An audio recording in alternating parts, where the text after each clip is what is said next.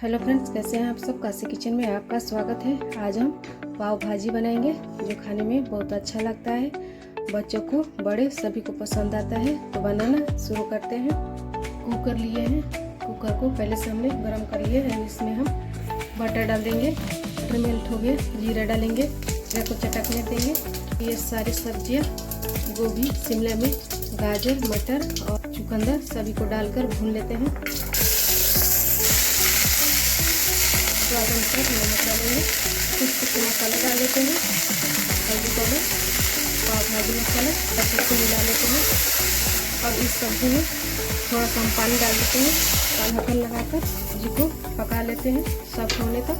सब्जी पककर तैयार हो गया। तो आलू मैशर से मैश कर देते हैं। देखिए आलू मैशर से अच्छे से मैश हो गया है। कढ़ाई गर्म हो गया, इसमें हम बटर डाल देते हैं।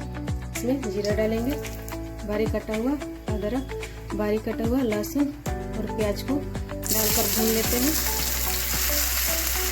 दरदरा कुटा हुआ हरी मिर्ची भी डाल देते हैं।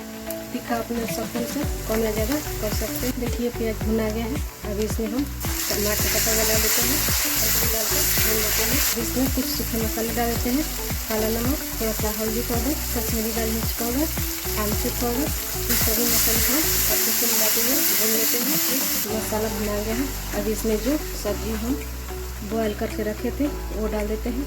थोड़ा सा इसमें पानी डालेंगे, डाल लेते हैं। थोड़ा सा पाव भाजी मसाला डाल लेते हैं। थोड़ा सा कसूरी मेथी डालेंगे, वो डाल लेते हैं। में भुना पिसा हुआ जीरा पाउडर डाल देते हैं, डालकर अच्छे से मिला लेते हैं। बनकर तैयार हो गया। अब पाव सेक लेते हैं। अब हम पाव को सेक लेते हैं। थोड़ा सा भाजी डाल देंगे, इसमें धनिया डाल देते हैं और पाव को काट कर सेक लेते हैं। अब प्लेट लगा लेते हैं। भाजी डालेंगे, धनिया पत्ता डाल देते हैं, साइड में प्याज डाल देते हैं, बटर डाल देते हैं।